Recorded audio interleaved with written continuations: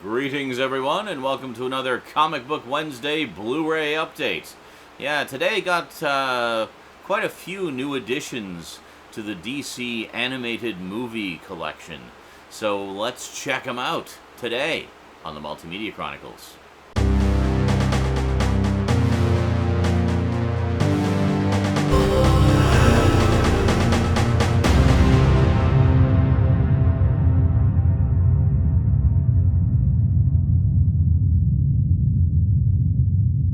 Welcome back. Okay, so I guess we'll go in the order that they've been released. I've of course been trying to keep up to date with these because, quite frankly, they're wonderful. And that said, I'm really behind in watching all of them, but the ones I've seen have been wonderful. So I don't mind collecting these sight unseen. It's I think, as far as I recall, I have yet to be disappointed by any of them. They've all been from good to really good to holy crap, that was one of the best animated comic book movies I've ever seen.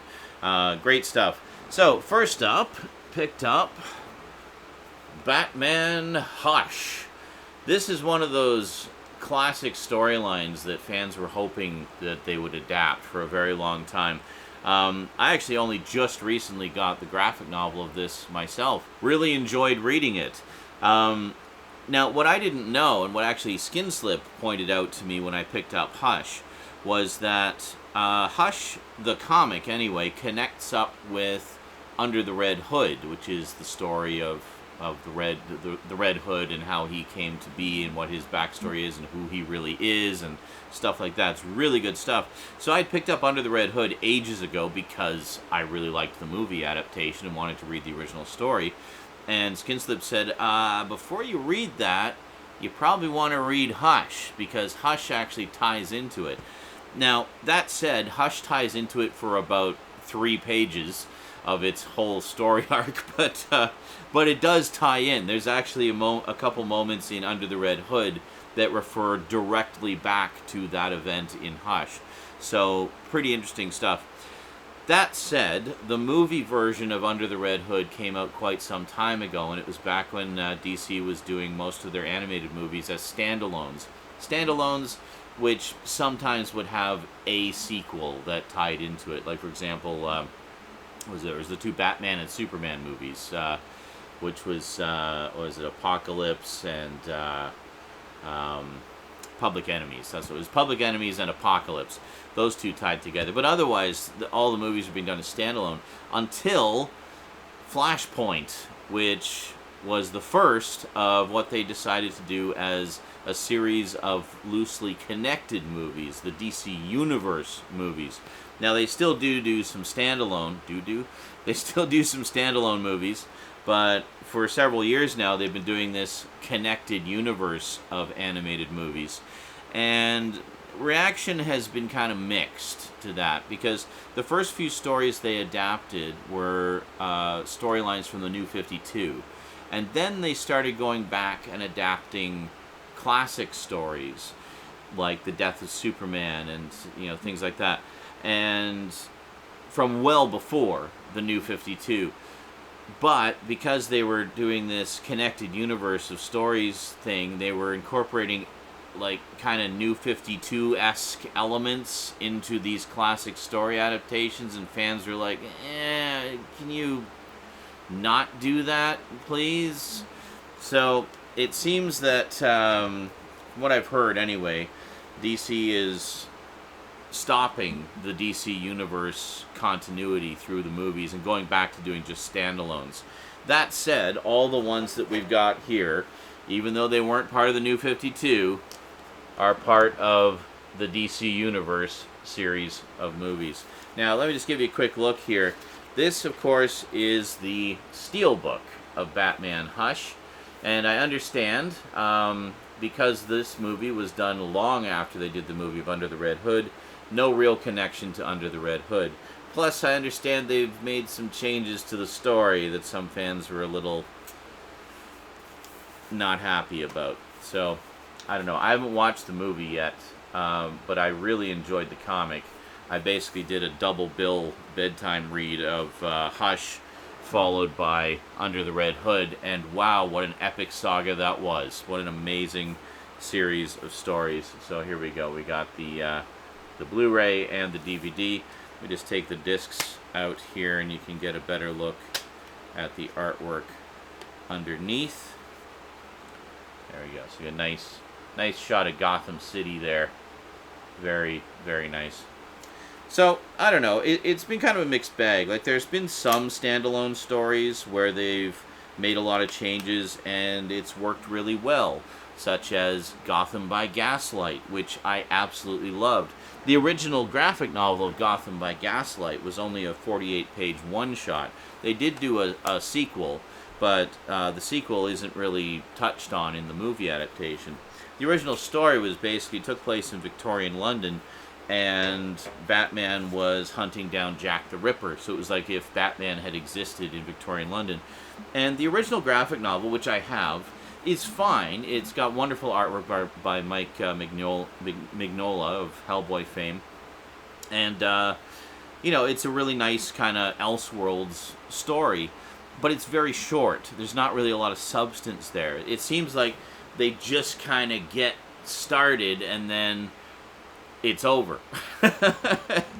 So I was kind of curious how they were going to expand that into a full movie. So Skinslip and I watched the movie, I guess last year for Batman's 80th anniversary, and we were both just completely blown away by it. It was so good. Now, they had taken the core story, where it's still Victorian England, Batman's looking for Jack the Ripper, but that's about where the similarities end. It's just sort of the basics of the story. They added so much stuff. There's like Victorian versions of so many other characters in it. It's a wonderful ride. I'm really going off about Gotham by Gaslight. I should probably just grab the thing here and you can see the cover while I'm talking about it. Kind of going off on a tangent here, but what the heck. It's an interesting tangent, and I don't have a lot to say about the latest batch of movies I got because I haven't watched them yet. So anyway, Gotham by Gaslight. So the movie is great. So they added all these extra elements to it, and it works really, really well. And they got like a 78-minute movie out of that. So it expands on the original 48-page one-shot in beautiful, wonderful ways. And I really like how they did it. Now, conversely, if you take... I reviewed this one a while ago. The Killing Joke. Now, The Killing Joke was, again, a 48-page one-shot. So rather than kind of take the core elements and expand upon it, they did more or less a straight-up adaptation of it, which is really good. But before they get to that, they have a loosely connected Batgirl story to kind of establish her character a little bit, I guess to build some empathy for her for what ultimately happens to her in The Killing Joke. And it just, it's like as a standalone story, it's fine, but having it connected to The Killing Joke just seemed really awkward to me. It just didn't seem to work as well, basically because they're very tonally different, and there's a very clear divide between when that story ends and The Killing Joke begins. Whereas you take something like Gotham by Gaslight, where they've taken the core elements and expanded on them and made it into a feature-length story, that's a little different. But I guess in this case, they wanted to be more faithful to Alan Moore's original vision and not really mess with it too much. So rather than just do it as a shorter adaptation and charge full price for it, they decided to tag on another story, which they could kind of loosely connect to it. I'm kind of in two minds about it. A lot of people didn't like that Batgirl story, just on its own or as a connection to The Killing Joke. I thought it was okay, but had a lot of... I didn't think it was a great story. It had some okay elements, but I felt like it was too many stereotypes and just, fluff. It didn't have a lot of substance, especially when you get into The Killing Joke part of it afterwards, and it's just so deep and philosophical and psychological and disturbing. I feel like if they were going to do something like that, they needed to have another story that was tonally similar and had the same kind of edge and depth to it. But unless you're Alan Moore, how do you compare to Alan Moore, right? So I don't know. So these are two examples where they had very short stories to adapt, but did two very different things with them. This one, I think, works much better than this one. That said, the Killing Joke portion of the Killing Joke I really like, and I think they did a great adaptation of it. So, yeah, there's a lot going on with the animated movies. So, anyway, these aside, these were done as standalones. This was done as part of the connected universe. So, next, we have Wonder Woman Bloodlines, the long-awaited other Wonder Woman movie. Like, they did the first Wonder Woman animated movie way back when they first started doing the DC animated movies. So it had been a long, long time before we got the second one. And I think the main reason we got the second one was because the live-action movie did so phenomenally well. I love that live-action movie, by the way. I thought it was fantastic. Really looking forward to the second one, the 1984 one. So yeah, so it was great to finally get another Wonder Woman story, but again, connected through the DC universe, connected universe. So, I don't know. I've only seen a few of the connected universe ones, so I don't have a ton of things to say about them. I've mostly just watched standalones. I have watched a few of the connected universe ones, not even realizing they were connected. As I say, sometimes the connections are pretty loose. Sometimes they're very direct continuations of the previous movies, like in particular some of the Batman ones. But, yeah, anyway, looking forward to checking those out. I should mention also, Batman Hush, we have the long-awaited return of the DC Showcase shorts. So this one has a short featuring Sergeant Rock. Very cool. Sergeant Rock just never gets any love these days, I guess because he's a World War II era character originally and just isn't as relevant these days. But I know he's very beloved, and I mean, he carried on well into the 80s. I remember Sergeant Rock comics still being on the shelves at that time. But so it's great to see him get a chance in the spotlight. Some of the younger fans can be introduced to the character. And then on Wonder Woman, we have Death. Yes, an adaptation of Death, Neil Gaiman's classic character that came out of the Sandman comics. So, very cool. Definitely looking forward to checking those out. Next up, we have, again, Skinslip, I remember telling me about this storyline many, many years ago. And I have not read it, but I'll probably end up watching the movie long before I read the comics. We have Superman Red Sun. Now this, just the premise alone in this, I think is really interesting. Basically, the idea is, what if, instead of landing in Kansas, when Superman arrived on Earth, he landed in Russia instead? And how would that have been different? So it's like an Elseworld story, basically. So this is a standalone. This is not a DC Universe one, obviously. But it's this big what-if scenario, and apparently it's really good. So, yeah, definitely going to enjoy checking that one out. And this one also has another DC Showcase short of the Phantom Stranger, who is a wonderful character. If you saw the recent live-action series of Swamp Thing, you might be somewhat familiar with Phantom Stranger, because he was actually a recurring character in that for a few episodes, which is pretty cool. And then finally, last but not least, yeah, this is a second appearance of this particular team. I actually did watch the first movie with this particular team. That was the one I was mentioning where I didn't realize it was connected to the whole DC Universe thing, but I really wanted to watch it anyway because I really like these characters. We have Justice League Dark, Apocalypse War, and I believe this one is actually the end of the animated movie continuity that they've been doing. So I'm pretty sure this is the final chapter of that, and this is where it all ends. So this has a DC Showcase short featuring Adam Strange. Now, I did see the first Justice League Dark movie, and I really enjoyed it. I thought it was really good. Because, I mean, you got Matt Ryan voicing Constantine. As far as I'm concerned, anytime Constantine appears in anything, I want it to be Matt Ryan, because he's freaking amazing. And you had Swamp Thing appear very briefly in it as well. And it looks like he might be Oh no, that's Darkseid. I thought that was. I was seeing out of the corner of my eye. I thought that was Swamp Thing's profile, but nope, it's Darkseid.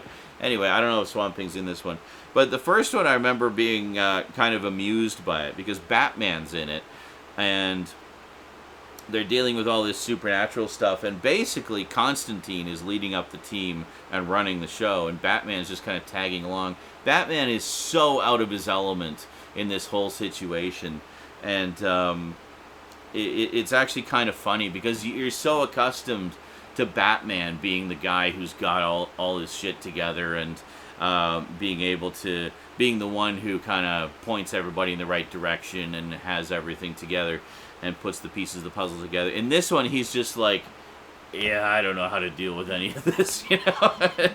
So he just kind of follows Constantine's lead through the whole thing. Because he doesn't know how to deal with all this supernatural shit, but that's right up Constantine's alley, you know? So it's good stuff. So anyway, looking forward to checking that one out. So I don't know, I might end up going through the whole continuity and watching everything in context and seeing how it all connects together. But yeah, honestly, I mean, from what I've heard from other fans about how everything connected together and how they were incorporating all these different eras into this alternate continuity, I'm honestly kind of glad to hear that they're going to be going back to just individual adaptations rather than trying to link everything up clumsily. And, you know, interesting experiment, guys, but let's just go back to standalones. Let's just give each of these classic stories their proper time in the spotlight without tinkering with them and trying to shoehorn them into some haphazard continuity between the movies, you know? Speaking of Batman, apparently the next big adaptation coming out is going to be one for The Long Halloween, which is a story that fans have been wanting to see adapted for a very long time. And all I can say is thank God they're doing it as a two-parter, because that is a huge storyline and really deserves to have room to breathe. So yeah, so I would assume they're going to do much of what they did with The Dark Knight Returns and The Death of Superman, where they'll release them as two parts and then join them together into one massive 2.5-hour movie. I don't know. That's a really good story, which I've read and love. And I've read Haunted Night and Long Halloween. I still need to read Dark Victory, and I don't actually have Catwoman When in Rome yet, which is the other. And those 4 stories all kind of form a cohesive continuity. But I really enjoyed Long Halloween, so I'm definitely looking forward to checking that out. I'll probably reread it before the movie comes out, just because it's so damn good. But yeah, good stuff. And then what's the next one? Yeah, the next one coming out is Superman Man of Tomorrow. So that's, I believe, kind of an offshoot out of... I don't know if it's the Man of Tomorrow from Death of Superman or a different Man of Tomorrow. I have no idea. I'm not all up on my umpteen different DC universe continuities. But yeah, I'll check that one out too, because good stuff. These are frickin' awesome, despite their occasional hiccups in various aspects. But you know, definitely a series of animated movies that continue to knock it out of the park. And I can't wait to see what they do next. Alrighty, that is it from me to you for now. If you'd like to add any of these to your collections, I will include Amazon links in the description below. As always, thank you to those of you who use my Amazon links, because it does help to support the show and everything that I do. So thank you very much. And thank you for watching. And big thanks to my Patreon sponsors. Be sure to catch me on Twitch. I stream just about every day. And I will see you next time. Until then, sayonara.